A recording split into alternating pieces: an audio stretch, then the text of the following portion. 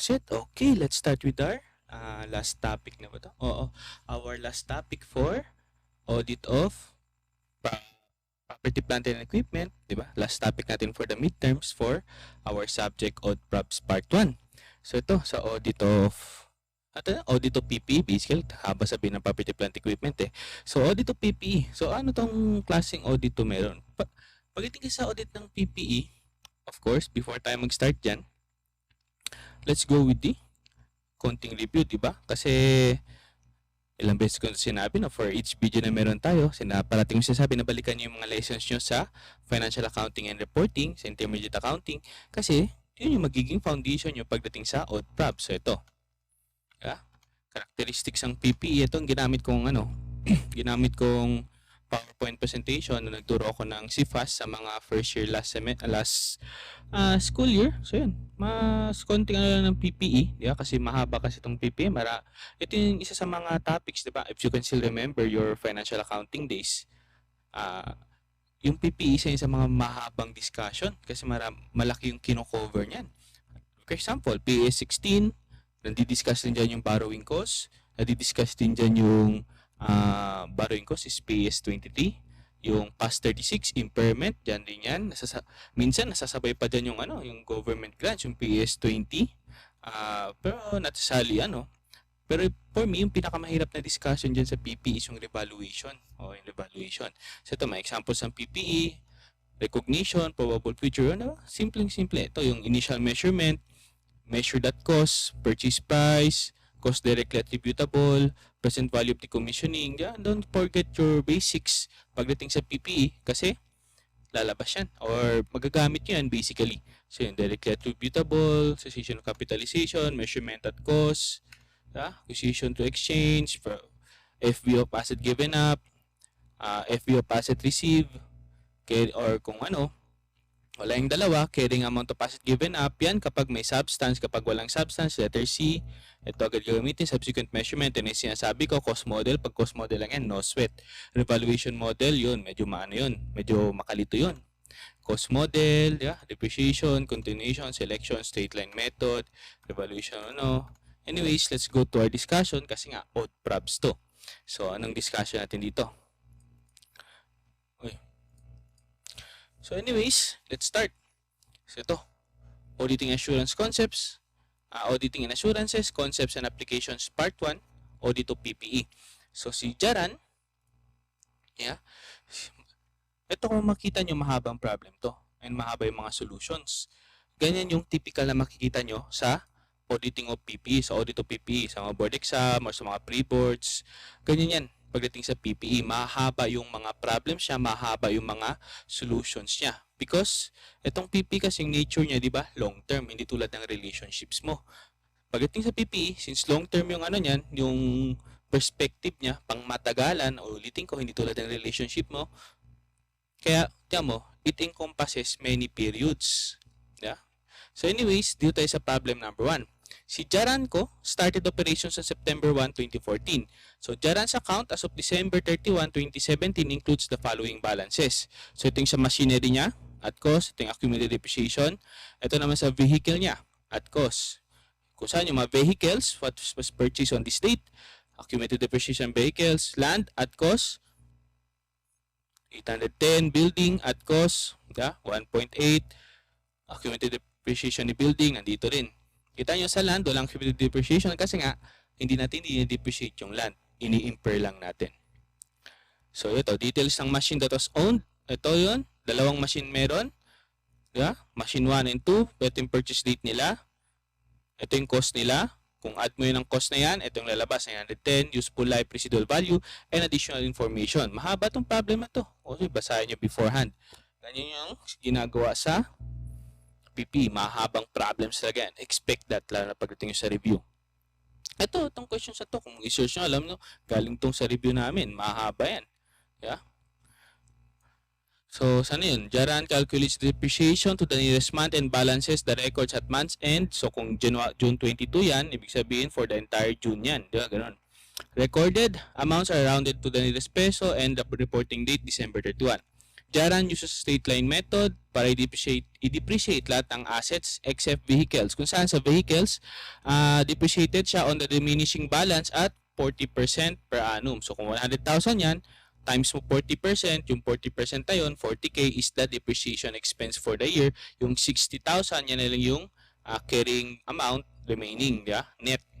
Ito, the vehicles account, the vehicles account balance reflects the total paid for two identical vehicles, each of which 234 pertains to this. 234 times 2, 468. Connect yan. On acquiring the land and building, Jaran estimated that the building's useful life and residual value is at 20 years. Ito yung pinipertain yung building na to. And may 50K yung residual value, 20 years yung useful life. Ito na yung mga additional information, mga transactions. Kasi ito, expect, kasi December 31, 2017 tong information na to. Ngayon, start na tayo January 1, 2018. So, noong 2018, ito yung mga nangyari. January 3, bumili siya ng bagong machine for a cash price of 570,000. Freight charges of 4,420 and installation cost of 17,580. Now, take note. Is this 4,420 and 17,580? Yung freight charges and installation cost, necessary ba yan to bring the machine into its useful condition? The useful life and residual value are estimated at 5 years and 40K. June 22, second-hand vehicle, 152,000 cash, repainting costs, and 4 new tires. Necessary ba itong sila para i-add mo sa book value ng vehicle? August 28 naman, exchange machine. Ito, nagkaroon ng exchange. In-exchange mo daw yung machine 1 for the office furniture. So, binigay mo ang machine mo, naka-receive ka ng office furniture kung saan yung office furniture may fair value of 125,000 at the date of exchange. Ngayon, yung fair value ng machine mo at the date of exchange is 115. So, anong pipiliin mo dyan? Remember, the basics pagdating nung the basics or the concepts ng FAR. So, the office furniture original cost of 360, date of exchange had been depreciated to 241. In the previous owner's books, Jaran estimated the furniture's useful life and residual value 8 years and 5.4K. December 2, recorded depreciation. Ito naman 2019 and ito ang 2020. Di ba? Marami nangyayari dyan. Basahin natin ulit para ma-cover. Paid for repairs and maintenance on the machinery at a cost of 9,280. So, di ba? Meron yung if you can still remember, sa discussion sa PPE, di ba? May mga costs, may mga repair costs, maintenance costs na kung saan yung maintenance cost na yan, repairs and maintenance cost na yan, either in-expense mo agad or baka dinadagdag mo sa book value ng machine or ng PPE. Depende, di ba? Depende. Kung simple na lang yan, kung simple na repairs and maintenance lang yan, di ba? Yung mga tools din, di ba? Yung mga simplehang lang, in-expense agad. Pero yung mga overhaul na talaga, yung pangmalakihan, big deal, substantive, yun, ina-add mo na sa book value. So yun, May 25, sold one of the vehicles bought on November 21, 2016. It pertains to this. Binenta daw yung isa. So June 26, installed a fence around the property at a cost of 55,000. The fence has an estimated useful life of 10 years and zero residual value. So debit the cost to land improvements asset account. So land improvements yan. So ito, end of 2019 and 2020. Mahaba, di ba? Overhaul naman, pagdating ng 2020, Gen 5, overhauled machine 2 at a cash cost of 120,000. Ito naman, hindi lang bastang repair and maintenance. Overhaul na. After which, Jaran estimated its remaining useful life na dagdagan from being 6 years, na dagdagan ng additional 1 year, and a revised residual value of 50K. June 20, traded the remaining vehicle, bought on November 21, 2016 for a new vehicle. A trade-in allowance of 37,000 pesos was received and 230,000 cash was paid in cash. And October 4, scrap the vehicle bought on June 22, 2018. Ito, in-scrap daw itong vehicle na to. Bakit kaya? Kasi nga, it has been badly damaged in a traffic accident na hindi na daw worth it i-repair pa. So yun, December 31, 2020, recorded depreciation. So yun, mahaba ang problem. Ulitin ko, expected na yan pagdating sa PPE. And mahaba rin yung mga solutions. So ito, question 1. Tama, ilang minutes tayo, pagbasa pa lang ng problems. Mahaba talaga kasi yan. So question 1, para kailangan nyo kasi intindihin yung problems. Para ma-answer, obviously that's a given. So yun, question 1, 2, 3. Basahin mo natin mga questions. Depreciation expense ng vehicles for 2018. Depreciation expense ng machinery for 2018. Ito, accumulated depreciation ng balance of the accumulated depreciation ng office furniture account at December 31, 2019. Ito naman, depreciation expense ng machinery at 2020. And yung total depreciation expense for 2020. So, number 1 tayo.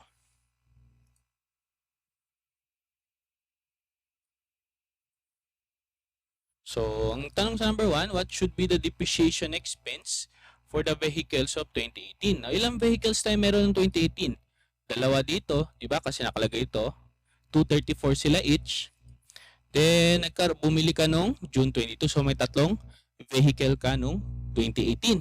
Now, take note, yung pag-depreciate mo ng vehicles, as stated here, diminishing balance at 40% per annum. Meaning, kung 100,000 ang book value niyan, times mo ang 40%, yung 40,000, that is the depreciation expense. Yung remaining, 60K, yun na yung carrying amount for the next year. Yung net niya. So, with that,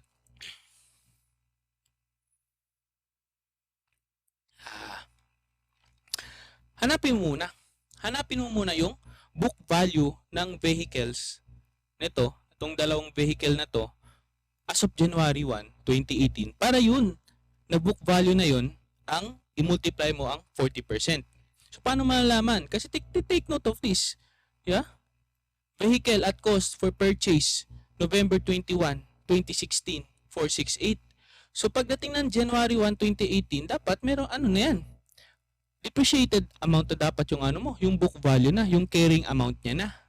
'Di ba? Yung carrying amount niya na yung kailangan mong i-multiplyan ng 40% kasi nga ang ang required depreciated on the diminishing balance of 40% per annum. So, from November 21, 2016 to December 31, 2017.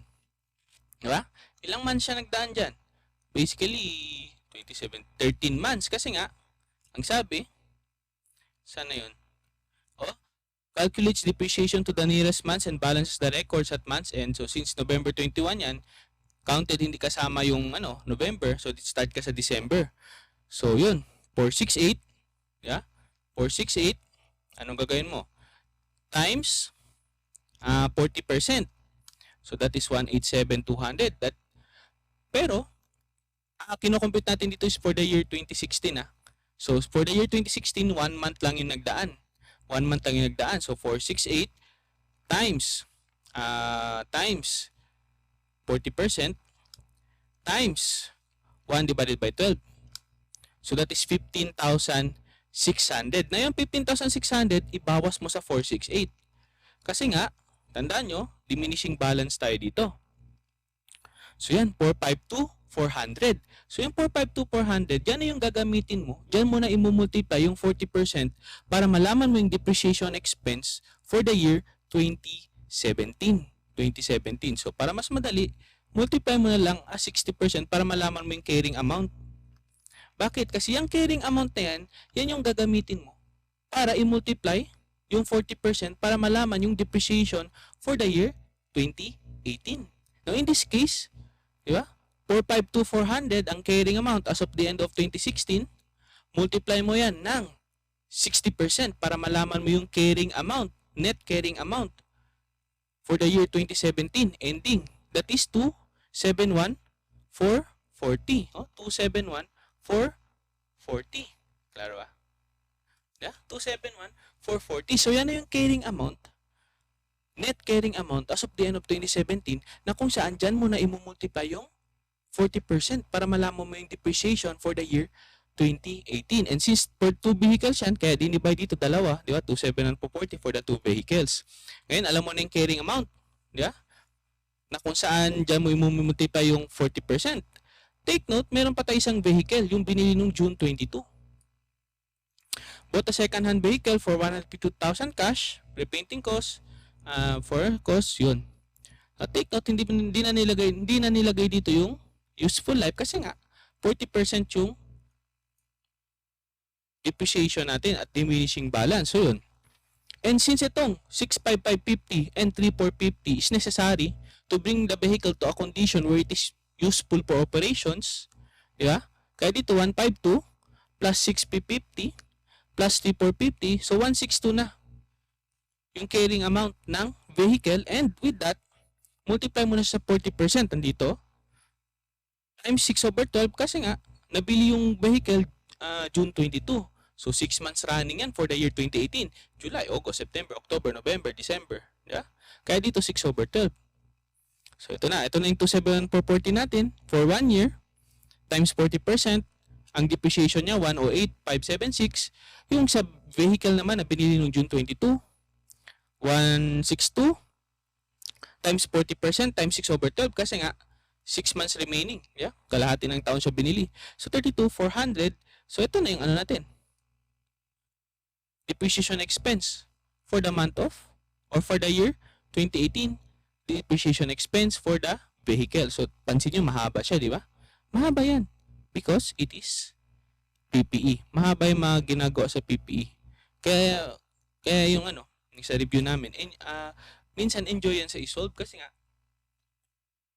matututo ka talaga sa time mo sa pag-solve, as simple lalo na pag nasa ano ka, nasa condition ka, i-solve mo yan, tapos correct answer, sarap sa feeling.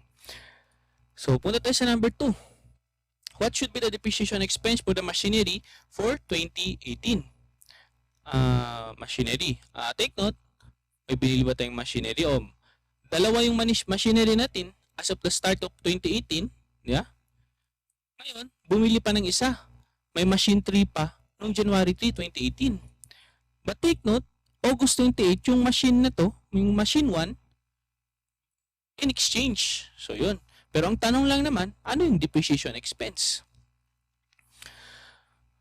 So yun. So, bought new machine, basahin natin, bought new machine for cash price of 570, freight charges, 4,420, installation cost. Alam nyo yan, necessary to bring the equipment or the machine into a condition na useful sa operations. Diba? Balikan natin yan. Dito lang yan, sa initial measurement to, cost dito to bring the asset to location condition necessary, capable of operating in the manner intended by the management. And ito, sa pagdating ng review, itong PPE, isa rin sa nakakaantok na topic sa auditing probs kasi nga napakahaba sa. So I won't blame you kapag inaantok kayo dito ngayon kasi nga mahaba talaga itong PPE, expect it. Uy. So yun. Saan tayo? Machine. Then, may useful life of 5 years and residual value of 40K. Excuse me po. Ngayon ito, di ba, nagkaroon ng exchange ng machine for furniture. So, debit furniture, debitin yung accumulated depreciation ng machine, credit ng machine, ay yung cash na binayad mo. Ngayon, ang sinasabi dito, may substance to siya. Ito, na take note, pagdating ng exchange, ito yung rule. Yeah? May commercial substance, fair value asset of fair value of the asset given up, fair value of the asset received, kung wala sila, carrying amount of the asset given up. Kapag wala namang commercial substance, letter C agad. Now, in this case, ay commercial substance yan. Ngayon, ano yung magiging fair value ng wait. Next yun kaysa number 3 pala yan. So anyways, kaya nilagay lang yan dyan para additional notes. But anyways, yun, meron tayo sa machine January 3. So closest to sa ending na sa beginning ng January. So covered yan for the whole January. So 1 year yan. So with that, okay, depreciation tayo. Machine 1, 8 months lang siya. Bakit? Kasi pagka August 28, so cover the entire month of August, binenta na siya. In exchange siya, basically in exchange. So yung depreciation ay cover lang ni machine 1 is for 8 months. So yun, yeah? So 430 minus the residual value of 25,000, dito yan. Yun, 405, depreciable cost. Divided by 5, kasi nga, useful life niya is 5. And times 8 over 12, kasi nga, pagka August 28, which is basically, yeah, meron pang August, September, October, November, December, for remaining.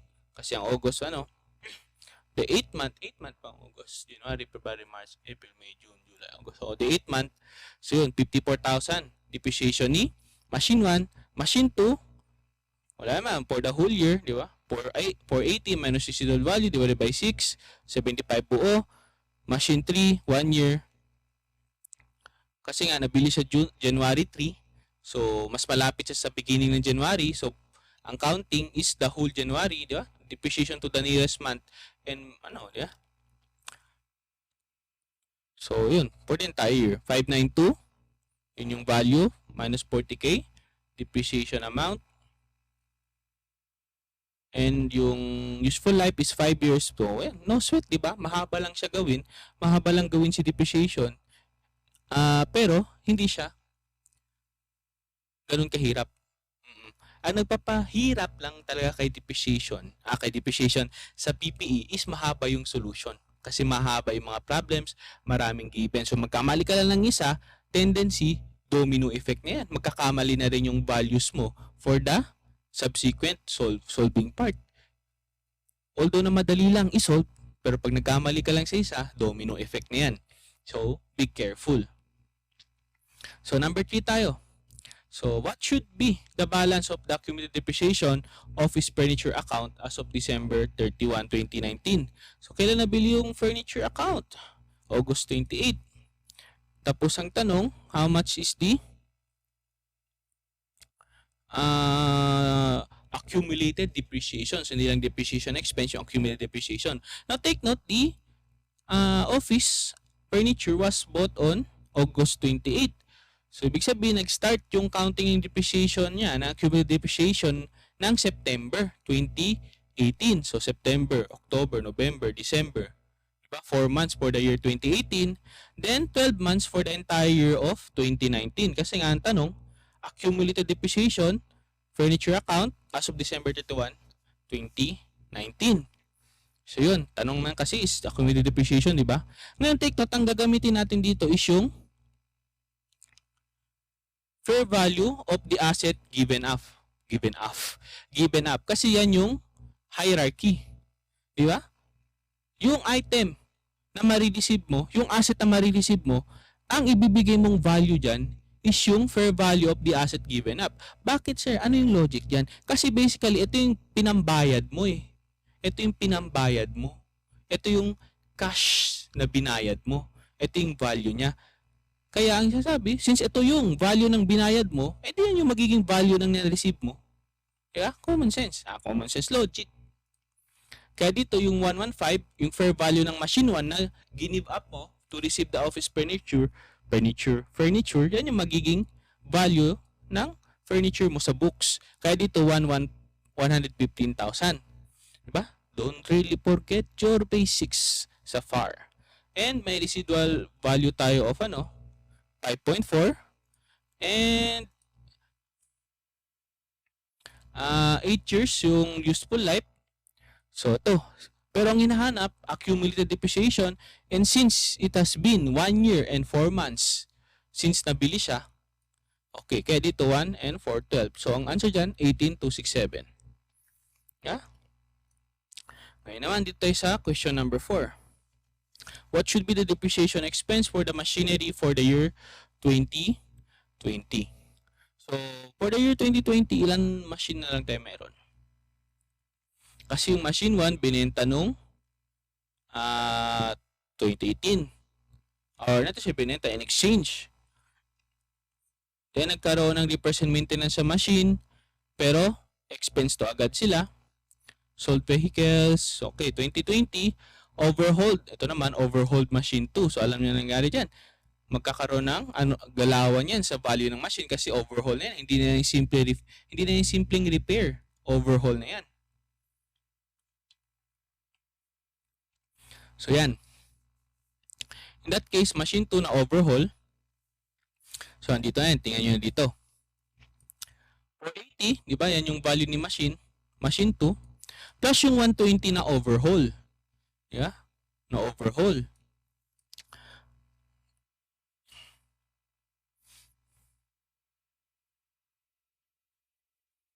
So, yan yung cost ng machine mo, 600,000. Ngayon, hanapin mo na yung accumulated depreciation. Kasi nga,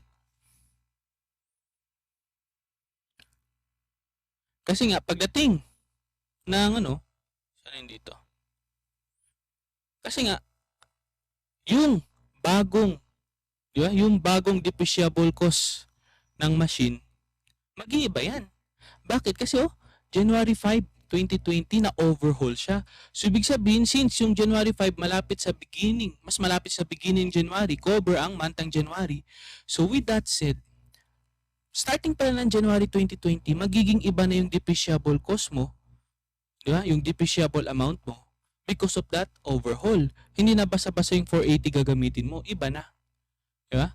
So, with that said, hanapin mo na yung depreciable amount or depreciable cost. So, ito yung cost mo. Yeah? Yung 480 plus yung overhaul of 120. Then, yung accumulated depreciation mo from the purchase date up to the date before ng overhaul. Yeah? Ang purchase date kailan? Machine 2, February 4, 2015. So, cover pa rin yung month of February dyan kasi ang 4 malapit sa beginning ng February. So, cover pa rin yan. Then, ang kailan nangyari yung overhaul? January 5, 2020. So, until December 2019. Hanapin mo yung accumulated depreciation yan. Yeah? So, ito, kaya dito February 4, 2015 to December 31, 2019. So, yun, ilagay mo na yung 480, yung cost niya, tapos yung salvage value. So, ito na yung depreciable cost for this time. Divided by 6. Divided by 6. Kasi useful life niya is 6. Times 4 and 11/12. Bakit 4/11/12? Take note. Hinahanap natin yung accumulated depreciation.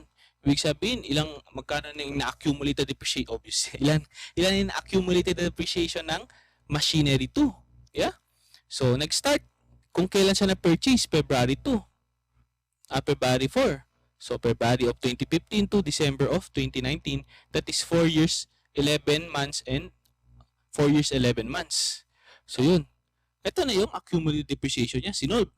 So, as of January 1, 2020, ito na yung book value, yung carrying amount ng machinery. Diba? With that said, gagamitin mo na yung nasolve mo sa overhaul. Gagamitin mo na yung bagong binigay ng overhaul. Yung bagong buhay, bagong salvage value. Tingnan nyo. Saan yun? After the overhaul, the estimated remaining useful life nadagdagan ng 1 additional year. And ang na-revise yung residual value from being 30K naging 50K. So yun na.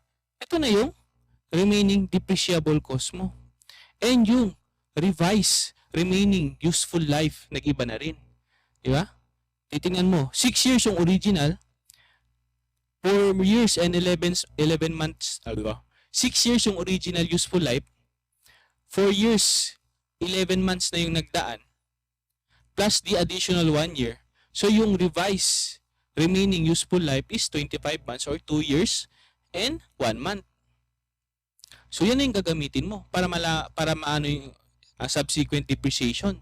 Diba? So with this case, machinery 2, yung remaining depreciable cost 181,250 times 12 kasi nga January 2020 ang hinahanap natin depreciation expense for the machinery for the year 2020, so 1 year nagdaan. So 181 250,000 times 12 over 25, 87 yung depreciation expense ng machinery 2. Machinery 3, buong nagtaon nagdaan 110,400. Saan ang kuha ang 110,400? Saan yun si machinery 3? Saan yun? Si machinery 3. Ito si machinery 3. 110,400. So yan. 197,400 letter B. Diba? Madali siya, diba? Madali kaso mahaba lang. Kaya napapahaba rin yung discussion. So let's go to number 5. Ito sa number 5, what is the total depreciation expense for the year 2020? So meron na tayo sa machinery. Diba? Yung sa number 4, 197,400 sa building. Diba? Anong sabi sa building? 1857,200 tapos ang kanyang on acquiring the land and building, Jalan estimated the building has a useful life and residual value of 20 years and 50,000. So yung 1.8 billion minus 50,000 divided by 20, so 90,360. 90,360 ba? 157,200 time minus 50k divided by 20.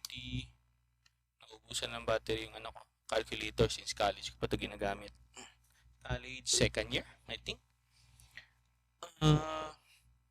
Yun, so building 90,360. Ito sa office furniture, di ba? 115, 115 minus 5.4k residual value yan divided by 8 useful life 13,700. Yung land, ano sir, hindi ano yun sir, land impairment? Land improvements, land improvements yan, yan land impairment. Land improvements yan. Take note dito, saan yung fence. Install the fence around the property at a cash cost of 55k. Ito yan. The fence has an estimated useful life of 10 years and 0 residual value. O yun. Ngayon, may vehicles tayo. Ngayon, balikan nyo dito. Ha? Ito, second hand vehicle, may pinili ka noong 2018, no? Ngayon, paper repairs. Ngayon, isa sa mga vehicles mo, from November 21, 2016, ito yan, binenta mo for 66k cash. Ngayon, nung 2020, yung isa pang vehicle from November 1, 2016, trade mo for a new vehicle. Trade-in for a new vehicle. So, trade-in allowance of 37,000 was received and 230k was paid in cash. Ito pa, meron pang additional note sa vehicle account. Scrap the vehicle that was bought on June 22, 2018. Ito. Yeah? Kasi nga, na-aksidente, hindi na worth it ayusin. So, in-scrap na siya. So, dyan na nag-end yung niya. By October, before the start of October, yeah? Nag-end at the start of October, nag-end na yung pagiging useful niya. Scrap agad. Pero ang tinatanong sa atin, magkano yung total depreciation expense, no? So sa vehicles natin, yeah? Cost of new vehicle, yeah? Yung 270,000, yeah? Saan yun? Yung 1018. Pero of course, din sinama. Kasi kung i-add mo, hindi mag 87,100. Nilagay lang dyan para ilagay dito. Diba? Yung 1018 mong vehicle, yeah? Ito, yung from November 21, 2016, siyempre, hanapin mo yung kanyang depreciation expense for the year 2020. Kasi nga, June 20 pa lang siya, June 20 pa siya nabenta. So, that is closer to the end of June. So, counted ang buong month of June, yeah? January, February, March, April, May, June, o 6 months. And since ang pag-count ng depreciation ng vehicles is 40% per year, di ba? Per annum. So, yun. Ang remaining, 135,720. Diba? Saan ang galing yan? Dito. O, huwag kalimutan. Diba? Connected yan sila. Kaya pag nagkakamali ka dito, diba? Sa mga start pala, nagkamali ka na, domino effect. Damay lahat ng mo. Lalo na pag mga total ang tinatanong. Oh, so, 135,720 as of the end of, o as of the start of 2018. So, kaya dito nilagay times 60% for 2018, times 60% for 2019. So, that is 48,870. Yan yung depreciable, yan yung carrying amount at the start of 2020. So, from that, i-multiply mo na yung 40% depreciation. Yeah? Times 6/12 kasi nga until June lang siya.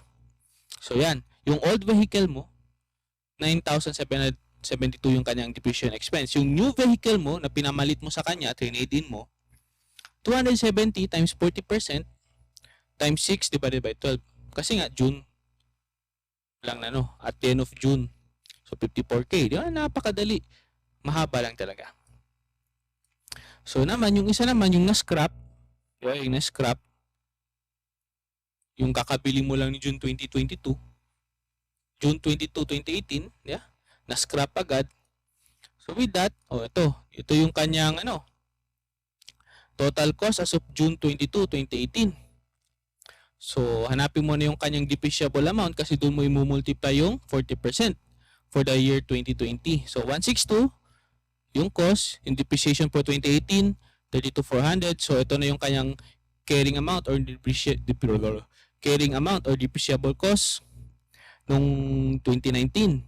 So times yung 60% para malaman mo yung kanyang depreciable cost for 2020, 77,760. O times yung 40% depreciation times 9/12 kasi nga October 4 na scrap siya. So ito na yung kanyang depreciation expense 23,228. Add mo tong sila. Ito lang i-add mo itong sila. Disregard nyo lang to para lang yan dito ilagay. So yun. 87,100. So ngayon, add mo na lang. Diba? Madali. Mahaba lang talaga. So, nabot tayo ng 35 minutes sa pag-explain nito.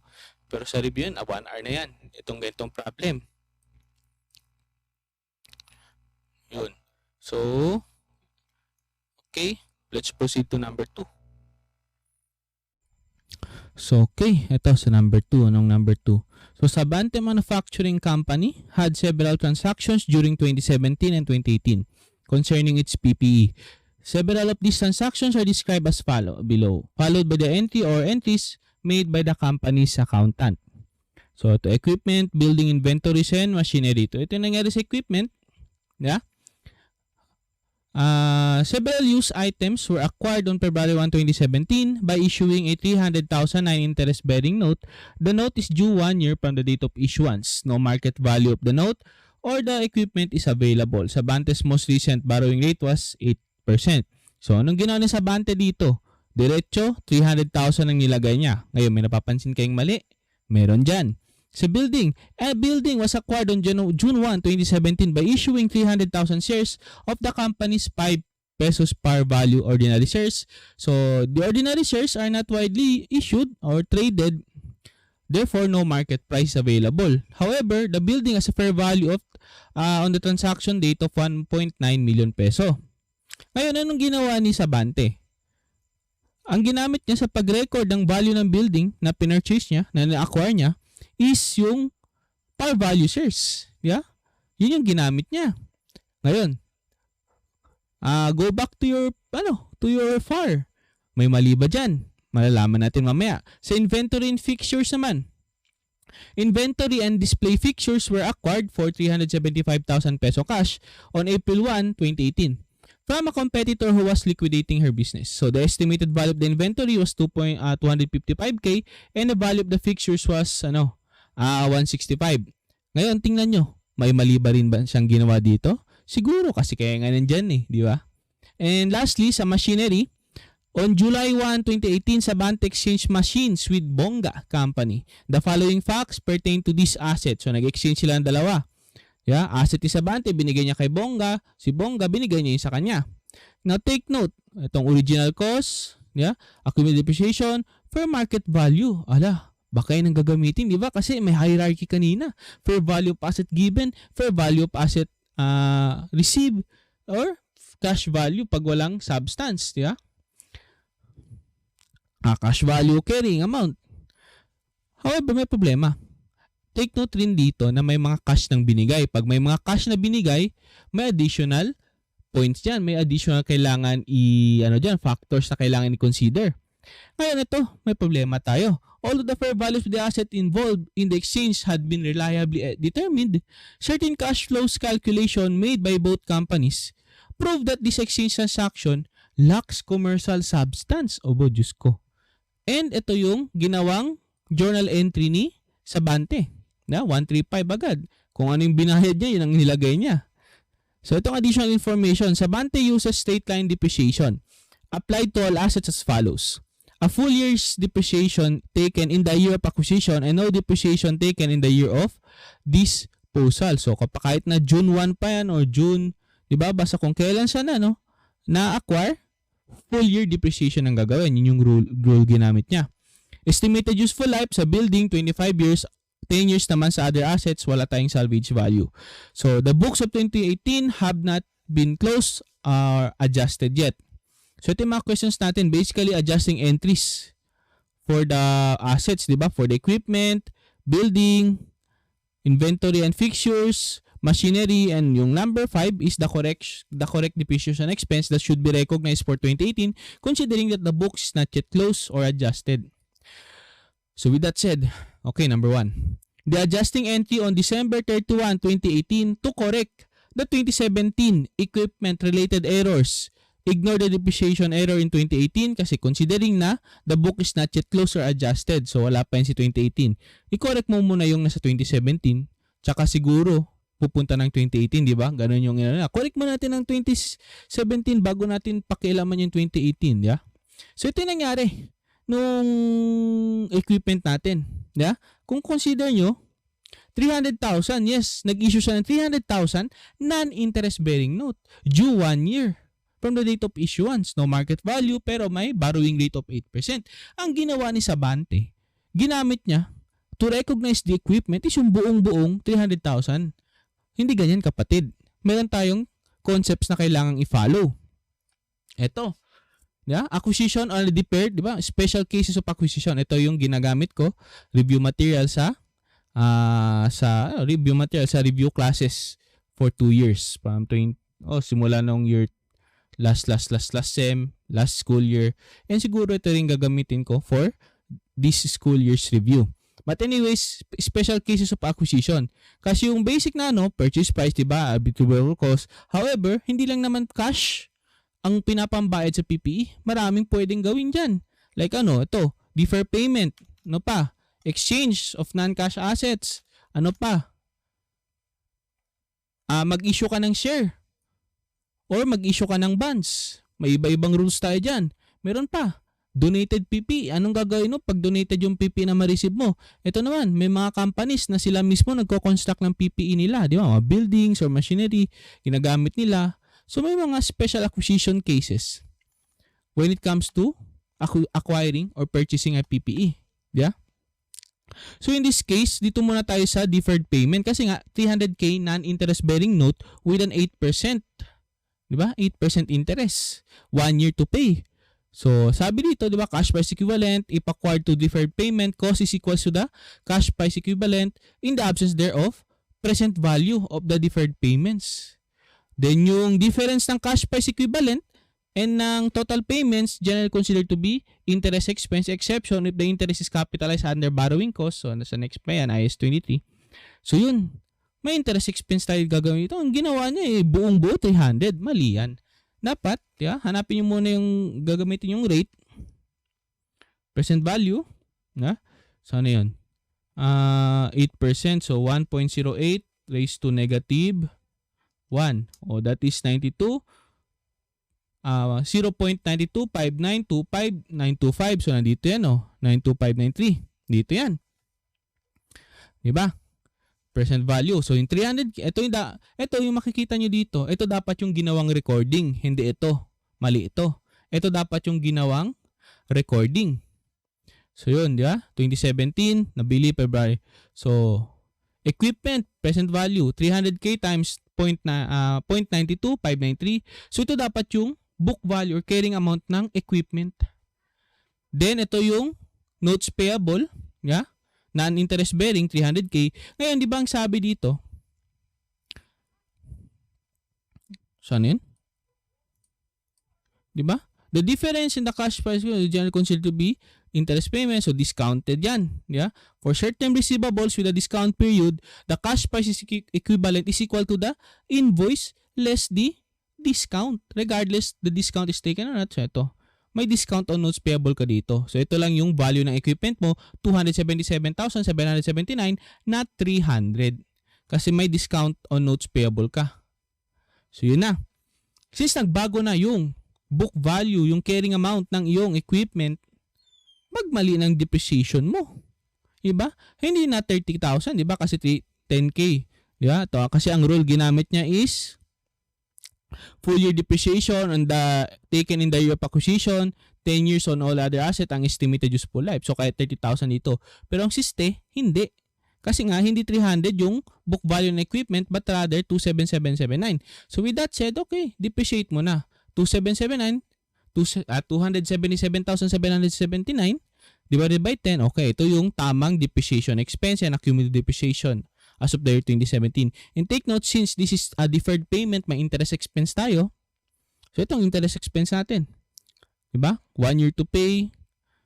Ito, 277 times 8% times 11/12 kasi nga, February and 20 ano pa lang. 11 months pa lang nagdaan at as of the end of 2017. So yun, interest expense as of the end of 2017, ito, 20. And for the 2018, since may 1 month na, tira, yun. So yan, basic. Ngayon, ang tinatanong, adjustment. So adjust mo na. Ba? Anong na-record na cumulative depreciation? 30K. Depreciation expense na record 30K. So ito muna. Yung cumulative depreciation, 'di ba? 30K ang na-record mo. Okay, bawas mo muna. Bawas mo, it should be 27,778. So basically 30K minus 27,778. Magi-give up ng ano ko, calcu ko. Signs of giving up na siya. Oh, hindi na siya klaro. So yun, 222. Yeah? Nag-give up na si CalQ. Minus 30K. Oh, 2222. Yeah? Debit, accumulated depreciation, 2222. Yung interest expense for the 2018, ito. Then yung equipment mo, credit kasi nasobrahan ka sa pag-record, 300 na record mo. It should be 277 lang, 277,779. Ngayon, so saan nanggaling yung retained earnings? Bakit yan 18,148? Take note of this. Nung ni-record mo, itong accumulated depreciation, di ba? Ano accumulated depreciation? Itong nung ni-record mo itong depreciation expense na to for the year 2017, anong ginagawa natin? Di ba kino-close natin yan sa income summary? Ang income summary, saan natin kino-close? Sa retained earnings. O minsan, diretso na. Di ba? Yung net income, close agad sa retained earnings minsan. So, in that case, yung nangyaring sobra, yung sobrang na-recognize na depreciation expense sa noong 2017, napasok sa retained earnings. Now, the case is, that should not have happened. So, nasobrahan ang bawas mo sa retained earnings. So, kailangan mo yung i-adjust. So, yeah? IA3 yan or IA3, IA4. Yeah? Huwag kalimutan ang mga adjustments. So, kaya dito, dagdag. Ngayon, take note ulit. Take note ulit. Meron kang interest expense na hindi na-record nung 2017. So, ibig sabihin, overvalued yung retained earnings mo in that case. Yeah? Kasi hindi mo na-record yung interest expense eh. Kasi hindi ka nag-record ng discount on notes payable. Kasi ito agad ang ginawa mo. So yun, di ba? Meron kang, nasobrahan ka sa pag-record ng di ba? Itong 2222, nasobrahan ka sa pag-record ng depreciation expense. So, ibig sabihin, undervalued. Diba? Yung retained earnings mo in that case. On the other hand, hindi mo na-record yung interest expense for the year 2017. So, ibig sabihin, overvalued yung retained earnings mo. Kasi nga, expense yan, kino-close natin yan, di ba? Sa yung income summary natin, kino-close natin sa retained earnings, di ba? So, yun. Overvalued ang retained earnings mo. So, yan. I-net mo yun silang dalawa. So, overvalued ang retained earnings mo by 18,148.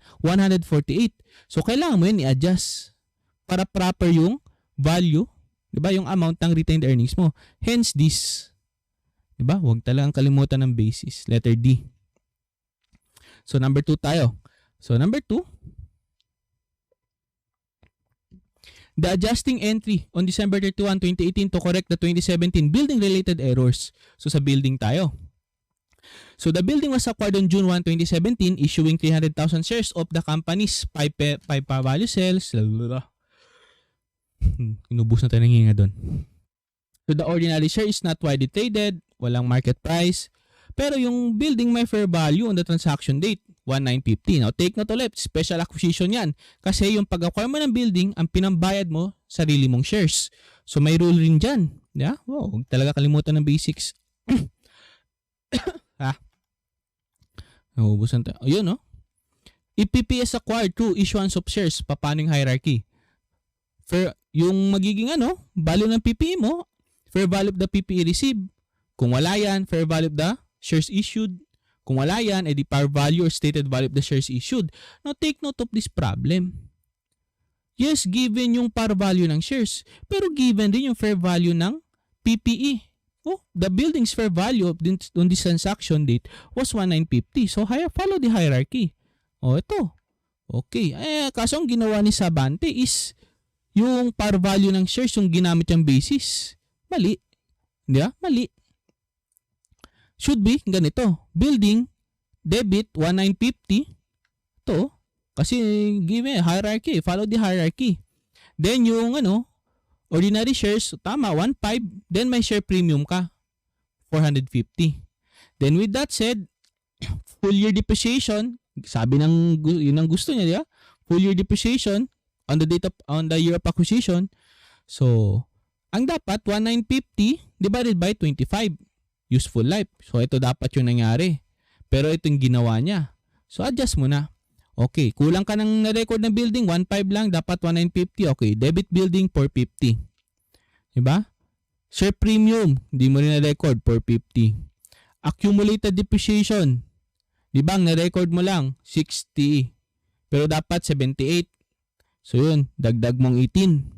Ngayon, saan yung tananggaling retained earnings? Ito, debit retained earnings. Ibig sabihin, in this case kasi, overvalued ang retained earnings mo. Bakit? Kasi yung na-record mong depreciation, 60 lang. It should be 78, di ba? So, nakulangan ka ng expense na pinasok sa retained earnings nung close mo yung income summary doon. So with that said, overvalued yung retained earnings mo kasi kinulang ka ng depreciation expense na record. So with that said, okay, overvalued yan, itama mo yung value. Bawasan mo siya ng 18K. Yeah? So, same ulit. Number 3, inventory. Same bang question? Adjust correct. Ito yung sa letter, ito yung sa number 2. Okay, letter A. So, sa inventory and display fixtures were acquired for 375 cash on April 1, 2018. For a competitor who has liquidating business, the estimated value of inventory was 255 and value of the fixtures was 165. Now, ito, mali rin. Mali rin ang ginawa niya dito. Bakit? Agad-agad yung nilagay. Hindi, dapat hati si inventory and si display fixtures sa 375. Hati sila dyan. Paano sila maghati, sir? Based on their value. Ratio ng kanilang value. So, kita niya dito, 375 for the inventory. 375 cash times 255 divided by 420. Saan ang galing 420? Combination ni, based on their ratio. Di ba yung amount ratio nila? Kasi 255 plus 165 is 420. So yun, 375 times 255 over 420. Out of the 375, ang mapupunta kay inventory is 227679. Pagdating sa fixtures, similar rin ang gagawin. 375 times 165, kasi yan sige fixtures, divided by 420. So, out of that, 375 cash, ang mapupunta kay fixtures is 147321. Hindi ganito. Hindi ganitong ginawa niya. Dapat ganito. So, yun. Cash, credit cash, 375. So, in order to adjust that, yung gain, i-reverse mo. So, retained earnings, take note, 2018 to nangyari. So, for the current year yan. To kasi to, 2017, na-close yan sa retained earnings yung sa kanila at as of the end of the year. Kaya doon natin ina-adjust. Pero in this case, since current year pa siya, okay, wala mo nang galawan sa retained earnings dito. Kasi current year. Yeah?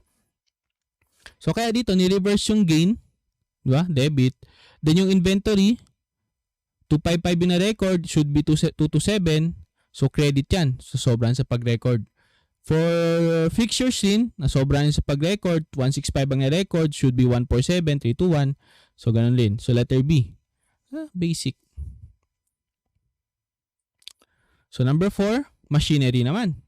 Adjusting entry, December 31 to correct the machine-related errors. Diba ito yung napansin nyo? Ang ginawa niya, kung ano yung cash na binayaran niya, yun ang ginamit niya sa pag-record ng machine. Exchange to, kapatid. And, meron pa. Exchange nga to, pero walang commercial substance. So, anong mangyayari dyan? Balikan ang rules. Yeah? Ito, acquisition through an exchange.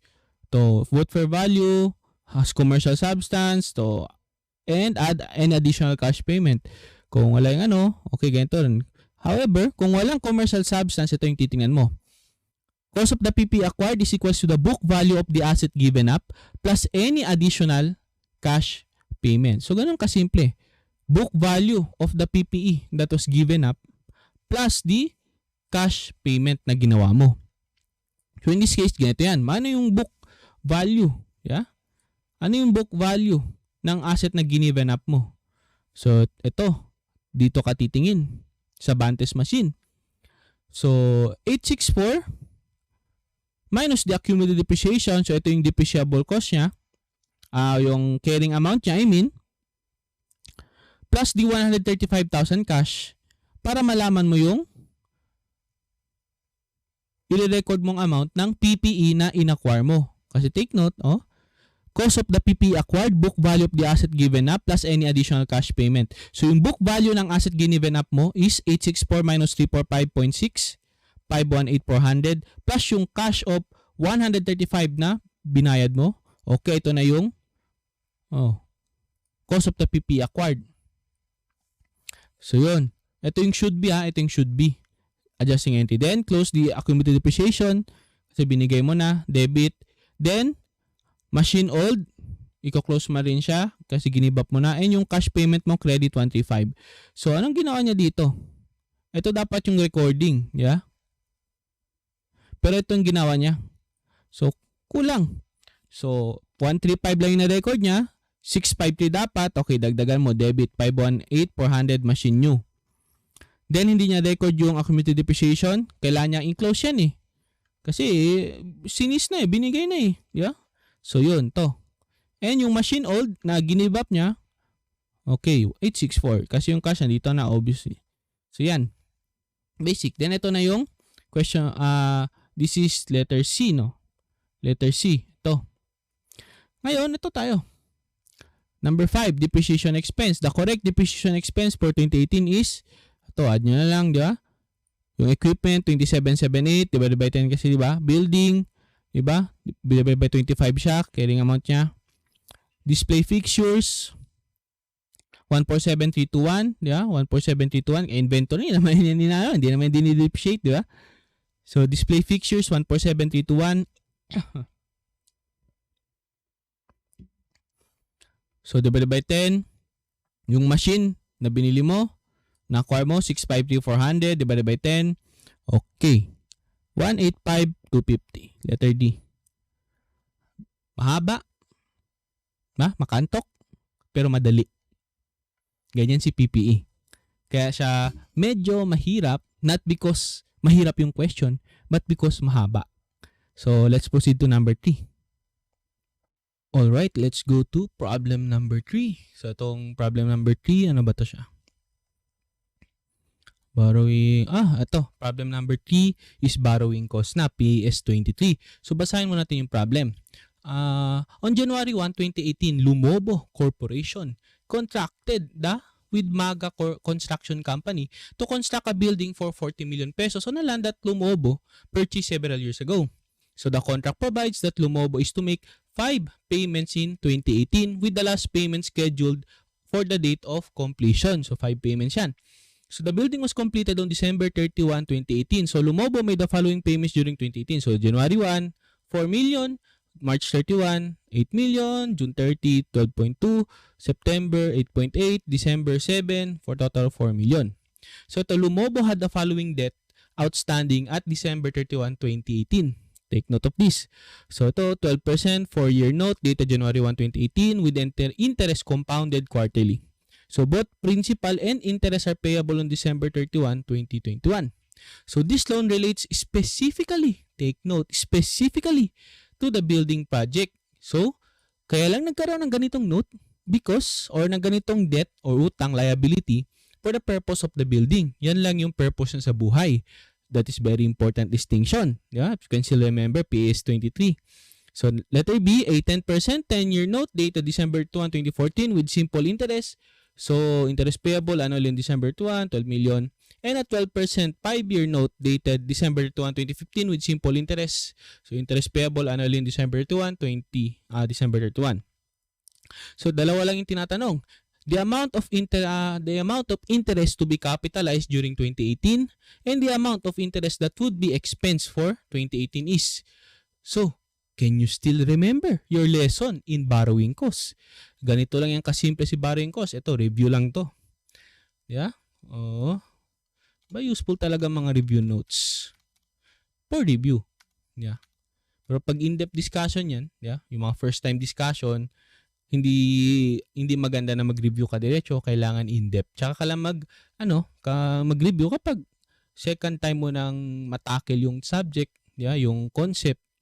Napakahalaga na sa first reading, sa first interaction with the topic, in-depth discussion yan. So ito anyways, AS 23. Di ba?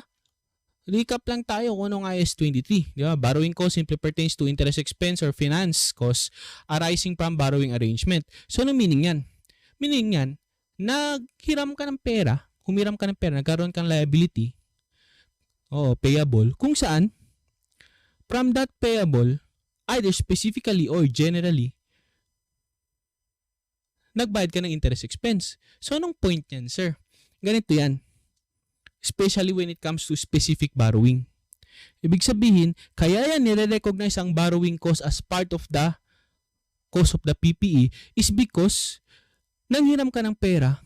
Ito, simple explanation na to. Nanghiram ka ng pera para makonstruct yung PPE. From that borrowing na ginawa mo, nag-incur ka ng interest expense. Now, take note of this. Hindi mo may incur yung interest expense na yan kapag hindi ka nag-incur ng payable at the first place. Diba? So because of that event na nag-incur ka ng payable in order to construct a PPE, ang naging byproduct niyan is an interest expense. So ngayon, ang logic na sinasabi ni borrowing cost is yung interest expense na yan, since ang pinanggalingan talaga niyan is to construct that PPE, diba? Doon talaga ng source yan eh. So, sabi ni PS93, di sama mo na lang doon sa value, sa book value or sa cost ng PPE. Kasi at the first place, wala namang interest expense na yan kung walang PPE na pinanggalingan, na naging purpose. Yeah? Kaya yung sinasabi, borrowing cost simply pertains to interest or finance cost arising from borrowing arrangement na kung saan yung borrowing arrangement na yan was arranged for the construction, di ba? O pa PPE. Diba? Yan lang yung logic ni borrowing cost. So, di ba? Ganun lang yan. Qualifying asset to be specifically. So, in that case, paano kino-compute? Diba? Specific. Dalawa tayo meron. Specific borrowing and general borrowings. Yung specific borrowings na yan, ito yan. Yeah? Nanghiram ka for the main purpose of financing the PPE construction for that main purpose. And since that is the main purpose, diba, ng liability na yan, ang sabi ni standard, okay, actual borrowing cost incurred, the borrowing less, lahat yan i-incur mo as borrowing cost. Yung interest expense yan. Diba? On the other hand, sa general borrowings, ito yan sila dalawa. Na yung partial basically, kaya general borrowing yan kasi hindi mo ginamit buong buo itong sila para sa pag-construct ng PPE. Kumbaga parte lang nila. Kaya generally, spread out yan. In that case, mas magiging complex yung problem o yung pag-solve ng borrowing cost. Yeah? Comments na ito, mga additional notes na lang. Ito yung pag-solve niyan. Diba? For specific borrowing, dali lang. Actual interest expense incurred on specific borrowings during the period less any investment income on the temporary investment of those borrowings are capitalized. Diba? Nagpa-flashback na sa inyo tutunan sa borrowing cost. For general borrowings, doon medyo complicated na kasi hindi specific eh. Kalat, diba? Kalat yung naging purpose ng loan mo. Hindi lang para sa pag-construct ng PPE. So with that said, kailangan mong yan. Hanapan yan. Yeah? So in that case, una mong gagawin, hanapin mo yung capitalization rate by dividing the total annual interest from general borrowings. Yung denominator mo, total face value of all general borrowings. So basically, yung interest nila, annual interest, divided by 12 million and 14 million. Yeah? So with that, meron ka ng capitalization rate, yung hanapin mo na average expenditures, yeah? Average using months, yung specific borrowing mo, diba? At face amount, tanggalin mo yan. Average expenditures financed by general borrowings times yung capitalization rate, capitalized general borrowings cost, capitalized specific borrowing cost, dagdag mo. Yeah? Ito na yun, dagdag mo, lagay mo dito. And income earned, temporary investment of specific borrowings, tanggalin mo yan. Then, total capitalized borrowing cost. So, take note. Ito, take note rin dito. May additional note in. Note that the total capitalized borrowing cost should not exceed the total borrowing costs actually incurred for all types of borrowing. If such is the case, the total capitalized borrowing cost is simply equal to the total interest expense from all types of borrowings. So, ano meaning yan? Nakalimutan na namin. Nandito yung say problem. So, yun. Punta na natin yung problem. Di ba? Nag-flashback na sa inyo yung tutunan nyo sa borrowing cost. Ito, borrowing specific, actual borrowing cost, general borrowing cost, average accumulated expenditures, capitalization rate. So, ito. Since meron tayong general borrowings, itong dalawa, yeah? Okay, hanapin mo na yung capitalization rate kasi gagamitin mo sa pag-solve. Now, take note, yung ginamit dito na style, diba? Yung pattern is not the same dito. Yung ganito, structural. Pero, pareho lang kalalabasan na answer. Pareho lang kalalabasan na answer dyan. Iniba lang yung, kasi pwede mo yan ikalat pwede mo yan i-rearrange yung pag-solve. Depende sa kung ano mas komportable ka. Kanya-kanyang trip lang yan. So anyways, ganito yan. So di ba? Hanapin mo yung yung capitalization rate. Ano ang ng capitalization rate? Yeah? Total annual interest from general borrowings divided by the total face value of general borrowing. So ito, meron ka 12 million and 14 million. Ito yung kanilang annual interest. For 12 million, it's 1.2. For 14 million, it's 1.68 million. So yun, 2.88 million. So yun, 2,880,000 divided by 26 million. Yeah? Ang capitalization rate mo is 11.08. 11.08%. So with that, hanapin mo na yung average expenditures. Average expenditures, which is the actual expenditure average using peso months. Kaya yan merong ganito. Diba? Nagpa-flashback na sa inyo, matutunan nyo. Kaya may ganyan. So yung 4 million times 12 over 12 kasi January 1 siya. So yun, average accumulated expenditure 4 million sa kanya. Yung 8 million, since March 31 siya, 3 months na nag-lapse, may 9 months pa remaining. So 9 over 12. Same dito, yung 12.2, June 30, 6 months left. Diba? September 30, 8.8, 3 months left. Yung 7 million, December 31, so 0 over 12 yan kasi wala na. So yung average accumulated expenditure mo is 8.3. Ngayon, hanapin mo na yung specific borrowing mo. Diba yung specific borrowing mo? So ito, future value of note, 31, December 31, 17 million times 1.12, ito yung niya, 1.03 over 4. So 19 million, 133,670. Then yung value ng note mo, yeah, 17 million. So ito yan, specific borrowing mo. 2,133,670. Yeah, 2,133,670. Now with that said, hanapin mo na yung meron ka ng specific borrowing. Ito yun, 2,133,670. Ngayon, meron ka ng specific borrowing, hanapin mo na yung general borrowing mo. So, general borrowing, 8.3 million minus 17 million, yeah, times the capitalized rate, the capitalization rate, yeah, dito, oh, average expenditures, oh, di ba, ito yan, si 18.3 yan, 17 million, face value yan ni specific borrowing mo, times the capitalization rate of 11.08%. Oh, yun. Meron ka ng capitalized borrowing cost. Capitalized general borrowing cost. in the amount of 144,040. So itong si 2,133,670, yan yung capitalized specific borrowing cost mo. Itong si 144,040, yan yung capitalized general borrowing mo. So i-add mo yan sila lahat. Okay, 2,277,710. Iyan yung iyong total capitalized borrowing. Total capitalized borrowing. So, hindi same dito yung pattern, pero it will arrive to the same. Iniba lang yung para sa discussion purposes. So, yun yung total capitalized borrowing cost mo. So, nagets yun na. Ngayon, take note, should not exceed the actual. The actual meaning niya, sir, malalaman natin dito. So, ang answer mo sa number 1, the amount of interest to be capitalized during 2018 is letter C, 2,277,710. So, ang tanong, the amount of interest that would be expensed for 2018 is, yeah? Klaro naman, klaro ba? O, ganito yan. Actual interest mo, tandaan nyo, actual interest, for the specific borrowing, it's 2,133,670. For the general borrowing, it's 1,880,000. Ito yan, 2,888,000.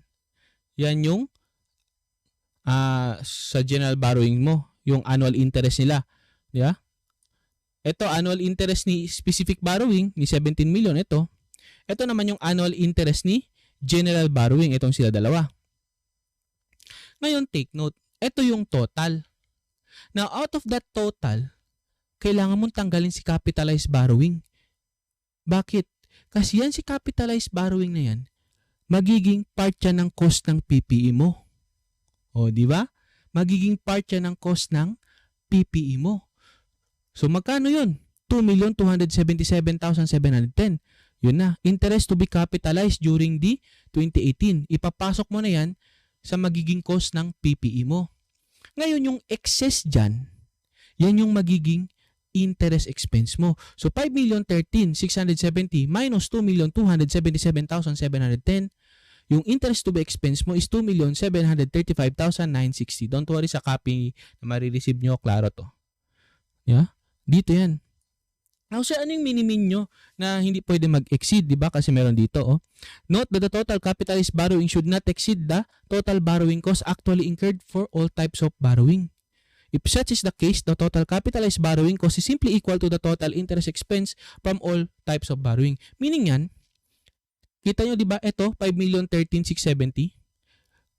Yung capitalized borrowing cost mo, hindi pwedeng mag-exceed dyan. Hindi pwedeng mag-exceed dyan. Take note, ha? Kasi ito yung total annual interest, from the specific and general borrowing. Di ba, yung actual interest, annual. So, yung capitalized interest mo, capitalized borrowing cost mo, yung 2,270, hindi pwedeng lumampas dyan. Kasi pag lumampas yan dito, anong sabi ni PS23? Di ito na yung gagamitin mo. Oo, pag lumampas ito, itong sa baba, di ito na yung gagamitin mo. In this case naman, di naman lumampas 5 million to, 2.2 lang to. Yun, di ba? So, yan si borrowing cost. Simple lang si borrowing cost. Isa yun sa mga madadaling isolve. O yan, nagloko ang camera ko, nag-post ang video. So anyways, restart ko muna kasi nagloko ang camera. Problem 4 tayo. Okay, let's go to number 4. Itong number 4, madali lang naman to si number 4. I think this is impairment. Okay. So, on January 1, 2016, Kazoo Company acquired a factory equipment at a cost of 150K. So, the equipment is being depreciated using the straight line method over its projected useful life of 10 years. So, on December 31, 2017, a determination was made that the assets recoverable amount was only 96,000 na lang. So, yun, impairment na yan. So, assume that this was properly computed and that the recognition of the impairment was warranted. So, on December 31, 2018, nagkaroon ng the assets recoverable amount was determined to be 111,000. So, and management believes that the impairment loss previously recognized should be reversed. So, you have been asked to assist the company's accountant in the application of PAS 36, the standard of impairment of assets. So, impairment of assets, saan yan siya? Saan yung impairment of assets? Dito yan, no? So, itong impairment of assets, it encompasses varying standards kasi it affects PPE, di ba? It affects intangible assets, di ba? Investment, impairment, ito yung land also impaired, di ba? Yung tawag dito yung investment, tawag dito standard na yun, investment, kasi yung investment, accounting for investment, hindi yung investment property, yun. So yan, resources. Anyways, din naman yung cash generating unit rin, di ba? Reversal of impairment, individual assets, goodwill. Yan, But anyways, saan tayo? So yun, ang unang tanong, what amount of impairment loss should be recognized on December 31, 2017? So basic, yung cost mo is 150, pero hanapin mo yung kanyang carrying value or carrying amount. So January 1, 2016 siya nabili. December 31, 2017, nagkaroon ng impairment. So 2 years na yan of its existence. Ang kanyang useful life is 10 years. So yun, 150 times 2 over 10 kasi 2 years na nag-pass from its useful life. So, ang kanyang carrying amount as of December 31, 2017, kung kailan nagkaroon ng impairment is 120. Ngayon, yung kanyang recoverable amount na lang is 96. So, yun, 120 minus the recoverable value, the recoverable amount, ang naging impairment loss niya is 24,000, letter C. Ngayon, ang number 2 question is, what is the assets carrying value on December 31, 2018? December 31, 2018. So, meron ka ng bagong value, yung recoverable amount na yun, yung magiging carrying amount mo. So, with that, depreciate mo. So, 96, ang depreciation mo, 96 times 1 over 8, kasi 1 year na nag-lapse, tapos 8 years na ng remaining useful life, yeah? Ito nag-lapse ng 1 year, so yun, 12,000 ang depreciation mo. So, ang carrying amount, 84,000, letter A. Ngayon, kita nyo dito, on December 31, 2018, the assets recoverable amount was determined to be 111,000. So, nagkaroon ng increase. Ngayon, ano mangyayari? Na-take note before natin sagutin. Di ba meron yung graph na pinakita kung paano ina-assess yung mga recovery sa impairment. Di ba? If you can still remember, ganito yung graph na yun. Ito, yung carrying amount before the impairment. Ito, yung recoverable amount o nag-impairment. Di ba? Ngayon, kapag magkakaroon ka ng recovery, di ba? Tataas ulit yung value niya. Hindi ka pwede lumampas dito. Ganun yun. O, kahit na yung bagong recoverable amount is nandito, hindi mo pwedeng lampasan itong line na to. Di ba? May graph yung pinakita doon sa book ni Zeus. Ganun yung nangyayari sa impairment. So, in that case, ganito rin. So, ang next question, diba, kasi ang sabi dito, nagkaroon ng recovery, 111,000 yung bagong recoverable amount. So, 111,000 ba yung i-record mo? Malalaman natin.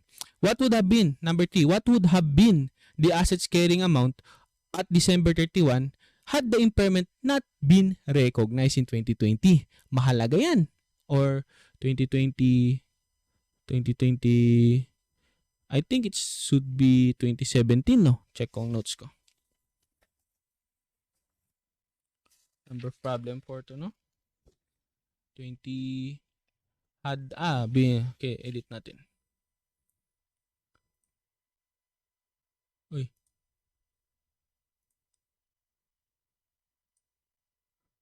Had 2017.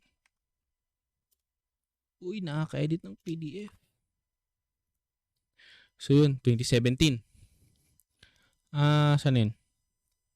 So, ganyan yung sinasabi. Ganyan yung ruling. Yeah? Pag nagkaroon ng recovery from impairment, hindi ka pwedeng lumampas siya. Carrying amount ng asset had the impairment not been recognized. Ito yung meaning ng threshold na yan. Magkaroon mo ng recovery in this amount, hindi mo pwedeng lampasan yung carrying amount ng asset had been the impairment not recognized. Di ba? Kaya yan tinatanong dito sa number 3. Hindi mo pwedeng lampasan yung threshold na yan. Yan yung meaning ng graph na yan. Okay? So with that said, what would have been the assets carrying amount at December 31, 2018 had the impairment not been recognized in 2017? So yun, continue mo lang ginawa mo, di ba? Before the impairment. So 150,000, 2016, 2017, 2018, yeah? 3 years na nag-lapse from its 10-year useful life. So yun, 150 times 7/10. So ito yung carrying amount niya. If ever, hindi mo ni-recognize yung or walang nangyaring impairment, 105,000. Mahalaga yan kasi yan yung magiging threshold mo, si 105,000. Hindi pwedeng lampasan ng recovery yan. So in this case, next question, what amount of impairment recovery should be reported in the 2018 income statement? 2018 income statement. Okay. So, in that case, yeah, as of December 31, 2018, ang carrying amount ng iyong equipment is 84,000. Nagkaroon ng bagong recoverable amount in the amount of 111,000.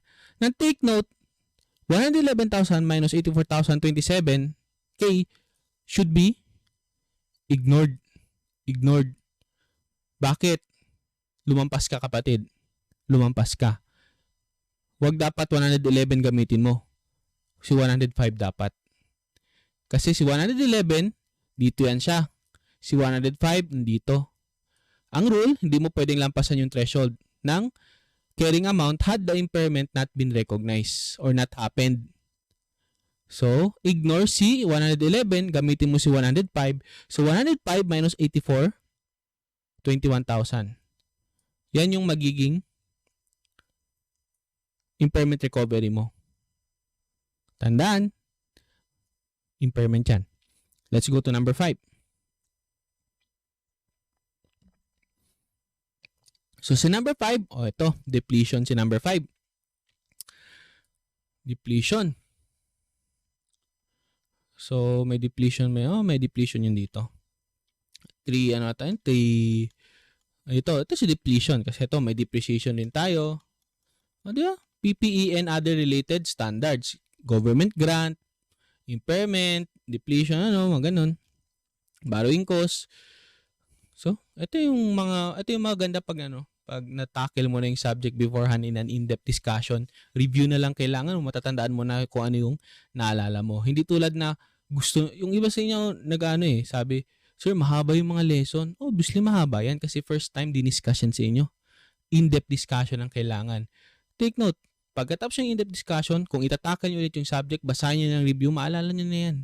Oo, yan yung kahalagan ng in-depth discussion at the first instance na matatakal nyo yung topic. Kasi pagdating nyo ng review, madali na lang yan ma-remember. Paano kapag yung first instance sa pagtakil ng topic, ang ginawa nyo, review agad, di ba? Madalian. Delikado kaya pagdating nyo ng review. Kasi sa review, mabilisan na lang yan Buga-buga na lang yan sila doon. Malulos ka, promise. So anyways, ito yung depletion, di ba? It is the periodic amortization of wasting asset. So ano tong wasting asset? Gaya ng mine, okay. Hey Google, what are wasting assets? According to Investopedia, a wasting asset is an item that has a limited lifespan and irreversibly declines in value over time. Charot. So anyways, ganun si wasting asset gaya ng mines. So yun, instead na ginagamit mong depreciation, depletion na lang. Ang depletion, total cost ng wasting asset less residual value, divided by estimated resources deposit to be extracted, yan yung depletion rate mo, diba? Magkano ang cost ng wasting asset? Yung acquisition cost, exploration cost. Ngayon, successful, dalawang types yan sa exploration cost, successful efforts or full cost. Usually, ang ginagamit full cost, pag problem is silent, then development cost and estimated restoration cost at its present value. Diba? Additional note, residual value, maximum dividend, diba? Yung ng Raspan Doctrine, diba? Review na lang. Pag ito na-attack nyo beforehand, isang tingin nyo na lang, alam nyo na yung topic. Ito yung formula. Yeah? Ito naman, yung mga PPE na in relation to this depletion. Diba? If the PPE has no alternatives, ibig sabihin, sole purpose niya is to extract the resources, then depreciate it using the useful life or the useful life of the wasting asset, whichever is shorter. Kapag may alternative use yung PPE, then depreciate it using their useful life. Usually, ito yung mga PPEs na no alternative use, yung mga bahay na tinayo nyo, yung workers' housing, diba? Yung mga PPEs na may alternative use, usually ito yung mga moving vehicles, diba? Yung mga construction, magagamit yun. Mga backhoe, magagamit pa, may alternative use. After nang dito sa mine na to, magagamit pa sa kabila, diba? Ito man, changes in the quantity of estimated resources to be extracted. Kasi estimate lang yan, nagbabago-bago yan, prospective adjustment. Anyways, so let's go. In 2013, Green Corporation acquired a silver mine in Benguet. Because the mine is located deep in the Benguet Mountains, Green was able to acquire the mine for the low price of 50K. So in 2014, Green constructed a road to the silver mine costing 5 million. Improvements to the mine made in 2014 cost 750K. Because of the improvements to the mine and the surrounding land, it is estimated that the mine can be sold for 600,000 pesos when the mining activities are complete, pag natapos na. So during 2015, 5 buildings were constructed near the mine site to house the mine workers and their families. So yun, alam niyo na. May PPE yan. May alternative use? Wala, di ba? So the total cost of the 5 buildings was 1.5 million. Estimated residual value is 250K. Noong 2013, yung mga geologists estimated 4 million tons of silver ore could be removed from the mine for refining. Ngayon, during 2016, first year of operations, di ba? 5,000 tons lang ng silver ore yung na-extract. Yeah? However, in 2017, workers mined 1 million tons of silver. No? Grabe ang in-increase, di ba? Exponential. During the same year, geologists discovered that the mine contained 3 million more ores. 3 million excuse me po. 3 million tons of silver ore in addition to the original 4 million. Nadagdagan pa. So improvements of 275K were made to the mine early in 2017 to facilitate the removal of additional silver. So in 2017, an additional building was constructed at a cost of 225,000 to house the additional workers needed to excavate the added silver. So this building is not expected to have any residual value. So in 2018, 2.5 million tons of silver were mined and costs of 1.1 million were incurred at the beginning of the year to improve to the mine. For improvements to the mine. Based on the above result and the result of your audit, determine the following round of depletion and depreciation rates to 2 decimal places. So, ang mga tanong, depletion for 2016, 2017, depreciation for 2017, 2018, and depreciation for 2017, depletion for 2018, and depreciation for 2018. So, yun. Let's go. So, kita niyo dito, depletion rate, di ba? Depletable cost, estimated resources, di ba? Ganyan lang yan, no? Ganyan lang yan. Wala, no sweat, di ba? So yun, times the output depletion, total cost residual value. So anyways, ang unang tanong, depletion for 2016. So hanapin mo muna nyo yung total cost of wasting asset less residual value, then yung estimated resource deposit to be extracted para malaman natin yung depletion rate. So in this case, nabili siya at 50K. Dito yan. And nag-construct ng road to the mine, 5 million. Dito yan. And improvements, additional 750K. Dito yan. With that said, residual value of 600. So, yun. So, ang 5.8 million minus 600K, ang depletable cost mo is 5.2 million. Ngayon, ang estimated reserves mo, as of that date, kasi ang sabi, sana yung 4 million? In 2013, geologists estimated 4 million tons of ore could be removed. Di ba? So, yun, 4 million. 5.2 million divided by 4 million, following this, depletion rate mo is 1.3. Ngayon, paano malaman ang depletion? Yung 1.3, multiply mo sa na-extract mo, sa nakuha mo. So, ang nakuha mo lang man for 2016 is 5 tons. So, 1.3 times 5 tons, 5K. Yeah? So, ang depletion mo is 6,500,000 lang. So, that is letter B. 6,500,000, 6,500 lang. That is letter B. Ngayon, let's go to the depletion of for 2017. Nga sa 2017, may mga nagbago. Ito, sana 2017, workers mined 1 million tons of silver. During that same year, geologists discovered an additional 3 million on top of the original 4 million. Then improvements of 275,000 were made. Yeah? Tas early in 2017, additional building pa constructed for 225 per depreciation na yan. So with that said, for 2017, anong depletion natin? Ang depletable cost natin is yung 5.2 million, yeah, minus the already extracted 6.5K. Yeah? 5.2 million minus the already extracted 6.5K. So, ang depletable cost mo is, yeah, 5,193,500. Ngayon, idagdag mo yung improvements mo, di ba? Prospective application tayo dito. Yeah? Prospective tayo dito. Yeah?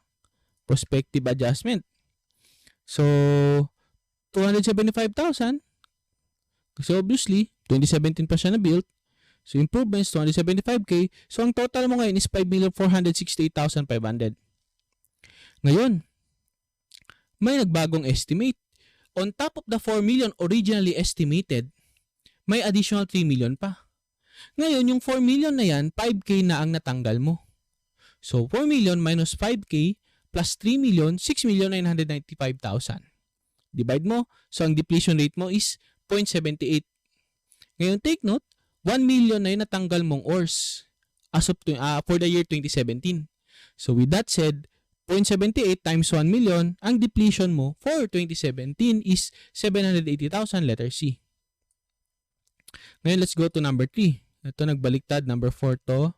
Ito, number 3. So, number 3 muna tayo.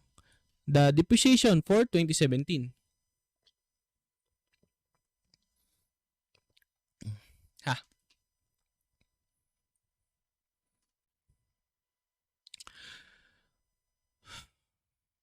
So, during 2015, tingnan nyo, total cost of 5 buildings, 1.5 million. May residual value of 250K. So, cost of building, 1.5 plus yung residual value, minus yung residual value of 250. So, depreciable cost niya is 1.2 million, 1,250,000. Estimated residual value, now, take note, this building, sabi dito,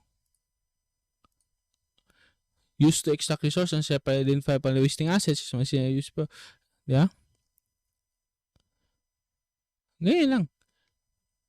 The useful life or the useful life of the wasting asset. Or in this case, ito. Estimated resources, 4 million. So, 1.2 divided by 4 million, 0.31 tons mined, 5,000 na. So, ang depreciation for 2016 is 1,550. At for 2016, nabubulol tayo. 2016.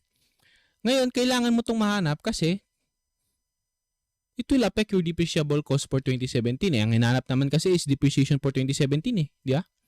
So yun, 1.2 million, 1,250,000 minus the already depreciated of 1,550.